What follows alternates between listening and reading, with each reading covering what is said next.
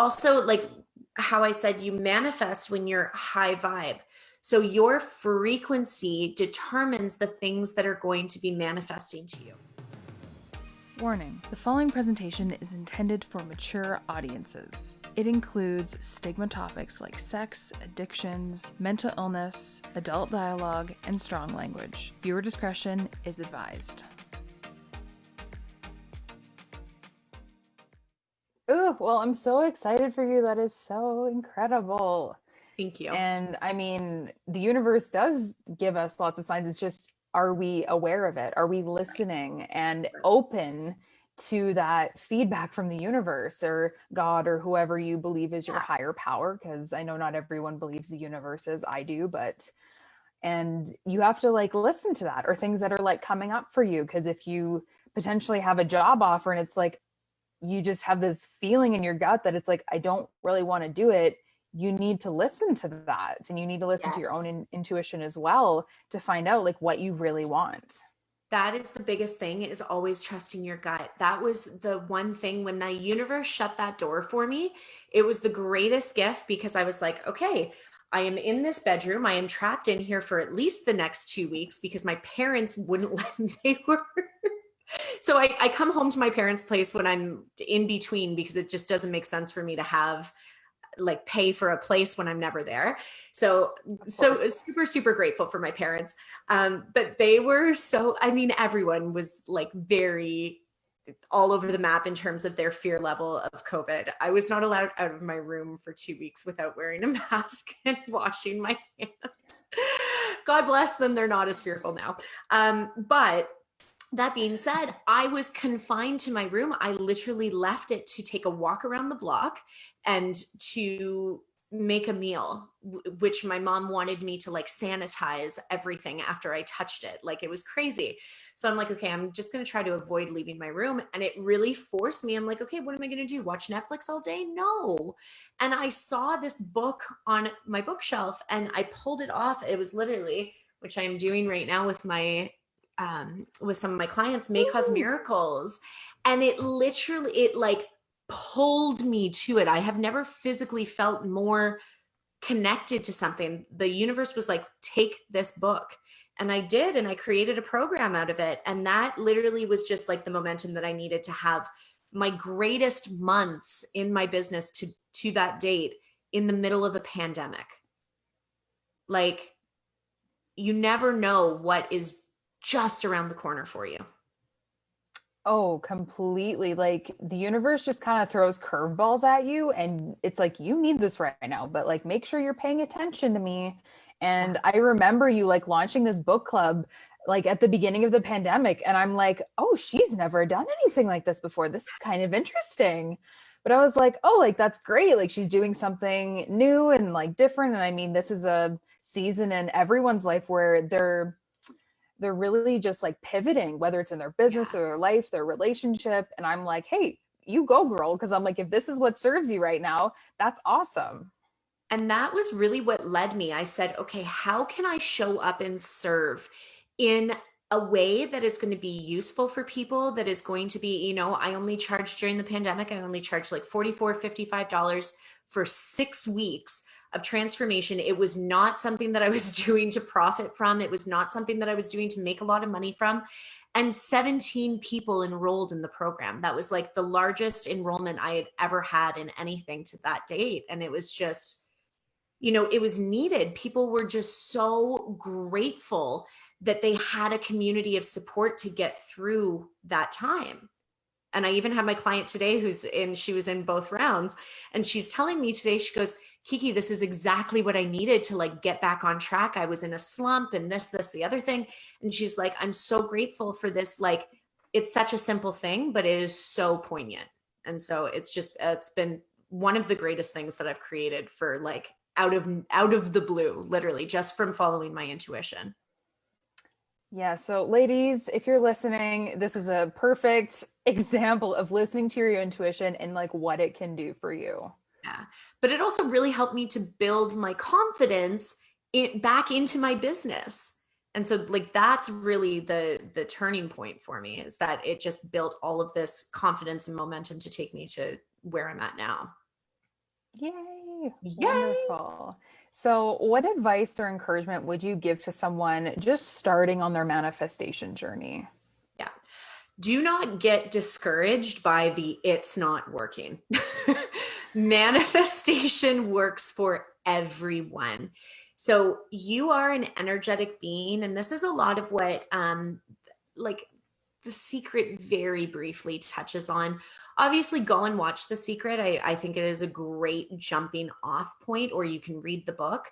I love the video though, because it has so many experts. You know, Joe Vitale's in it, Jack Canfield of the Chicken Soup, Lisa Nichols. Like, there's so many wonderful experts in that movie. So definitely go and watch it. Read the book. Um, the advice that I would give is that energy is the largest part of The Secret that's missing. So they talk about the ask, believe, receive.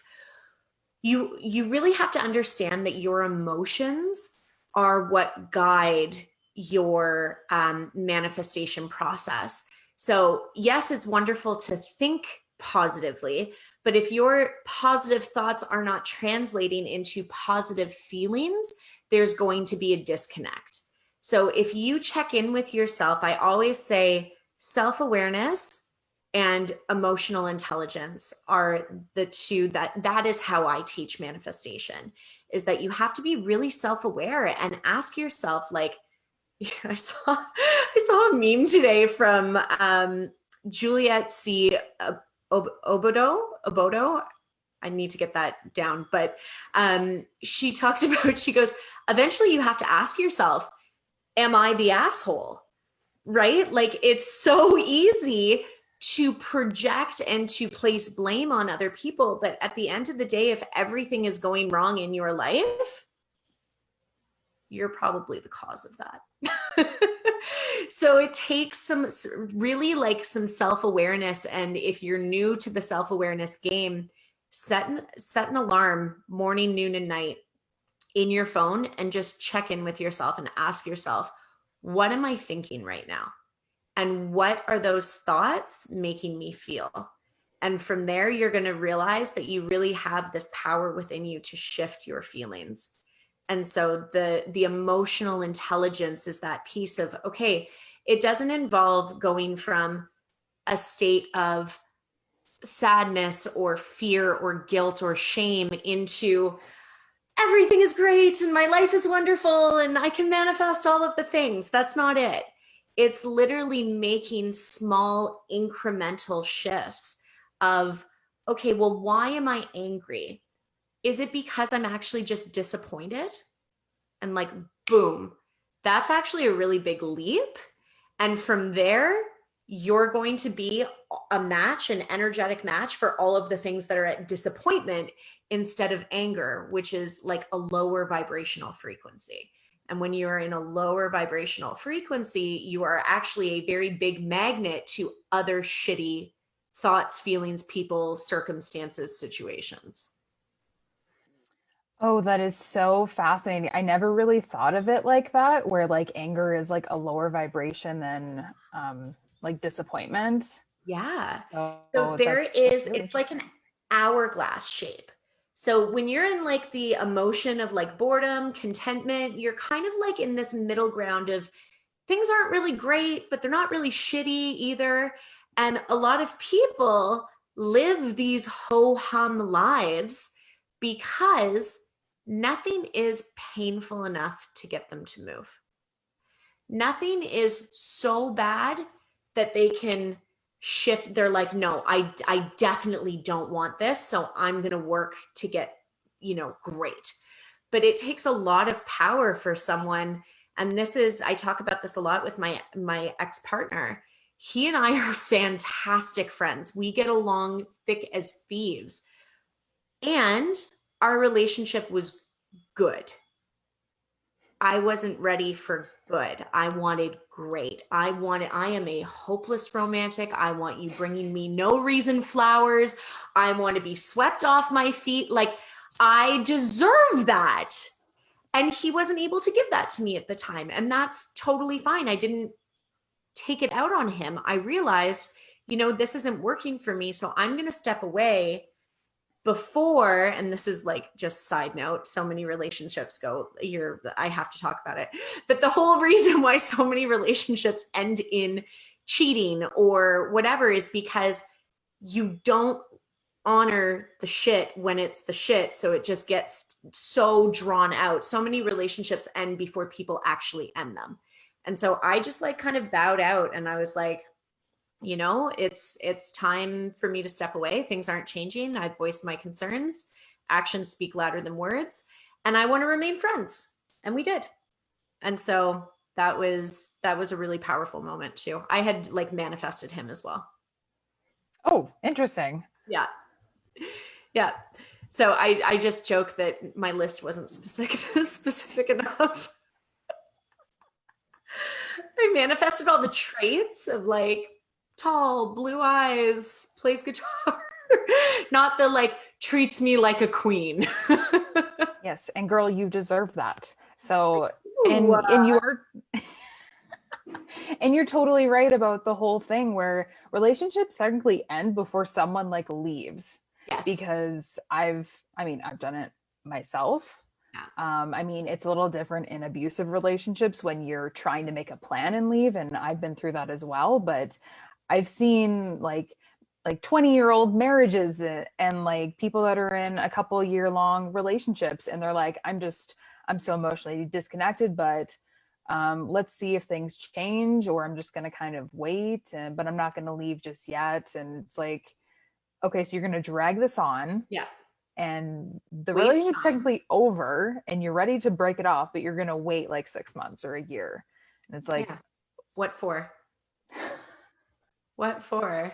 I've seen it, and it's so common. Loveless marriages, keeping together for the kids, like it doesn't work. no, it doesn't. So I applaud you for like leaving when that relationship just didn't serve you and you're like, I don't want to stay here anymore and I deserve better. And the fact that someone should like bring me flowers on like a random Tuesday, which if that's something that you want, then yes, you're gonna find that person because you are the manifestation queen. So financial freedom was my big manifestation for this year. It is going to happen this month. I am so excited. And my soulmate love is like the 2021 manifestation. I'm ready. South Africa, I need you to open back up, please, and thank you. That's where he lives, I promise. Hey, well, girl, wherever he is. And like I manifested my partner right out of my last abusive relationship, did all the inner work, healed from all my trauma and why I was getting into the wrong relationships and the wrong men. And it literally was the weirdest thing. I can't even, and I tell this story to family members and friends, and they're like, wait, you never met him till you flew down to Denver? And I'm like, yep. Like we met online. We didn't talk for a couple years. We reconnected after my last abusive relationship ended. We became best friends. I went to him for relationship advice and like dating advice. That's so funny. And then things were starting getting different. I'm like, hey, like I'd love to come visit you. Like I would love to book a vacation. I'll fly down to Denver. I'll come see you in Wyoming, and pick me up, took me to Chick-fil-A because I'm a food girl. Yes.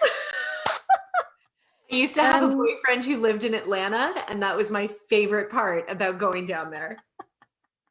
I know Canadians are like, if you've never had Chick-fil-A, girl, it's so good. It's so good that I don't live there. But that was like the beginning. And then we're just like, okay, shit, this is getting serious. And like, I'm falling in love with you. And we're doing the whole long distance thing while he's finishing his degree down in the States. But like, I'm like, this is my person. I never said I was going to do a long distance relationship again. And here I am waiting another year for us to finally be together after he's done his degree. And it's like, I don't care because this is my person. He is like the love of my life, and like, and he's on the same level with me. So I'm like, yeah, this is my person. I'm done searching. And you just honestly, like, I put the manifestation out there. I let it go. I didn't Yes. attach to it. And then he came in like shortly after. And I'm like, okay, universe, this is how you manifest. So I was also in, and because this is totally the same kind of thing, I was also in, the guy from Atlanta was very emotionally abusive. He reminded me so much of my father. And they were the same person. And so I accepted that because that's what I knew from a male role model. And we were 7 years on again, off again, on again, off again. I thought he was my person. We were like engaged to be engaged at one point. And the final time that we broke up, I was like, this is it. I am over it. I am done. I'm finished. Like, I want to live my life, not be controlled. And I was so desperate to get into another relationship. I was having one night stands. I was doing the bar thing. I was picking up guys left, right, and center. And none of them wanted to date me. And I didn't understand why. I'm like, I'm a catch. And then I realized once I discovered manifestation, it was like, that was my energy. It was repelling. It was good enough for one night and then like never again. And so I had a friend who, long story short, she was dating a married man. And this was after like a very traumatic time in her life. Her therapist said, write a list of all of the characteristics that you want. By the way, she's still with this guy who is no longer married, and they are like happy and living in a home together and all of these things. So it worked out for her. But her therapist said, write a list of all of the things that you want in a partner. And years later, I realized, oh my God, that's manifestation. Right. And I wrote my list. I put it aside. This was probably April of 2015. I met Josh in June of 2015, 2 months later. And we had like a 3-year relationship and still have a beautiful friendship and all of these things. And I remember 3 months into our relationship, I was like, or like knowing each other, I was like, the list ticked everything. And I was like, wow, that worked. I just thought it was a coincidence at the time. I didn't realize it was manifestation because I let it go. I just put it into a book and I was like, I'm just going to go live my life.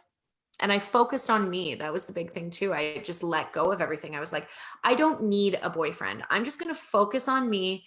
And as soon as I let go of that desperation energy, it was like the universe was like, oh, here you go. This is a great period of growth for you. Go do this for a bit. Yeah, and I love that you touched on like making that list and like all the characteristics, because that, like, I did that as well, just like in my head, or I like said it to myself, and yeah, just kind of like let that go. I'm like, yeah, that's what I want. Okay, buy list. And then like focus on like that inner work, that healing from the trauma that I experienced. And then he came back in and I'm like, okay, hi, you're supposed to be here for a reason because we disconnected like years ago. Yeah. And I'm like, there's no way that we would have ever talked if it weren't for whatever. And I'm like, you're supposed to either like teach me a lesson or be a blessing in my life right now. But it's like, I'm gonna be open to this and allow for it. Yeah, I love that. And look at you guys now. Yes. He's gonna be coming home here soon to Canada for a month. So I'm very, very excited. Yeah, I am celebrating you too.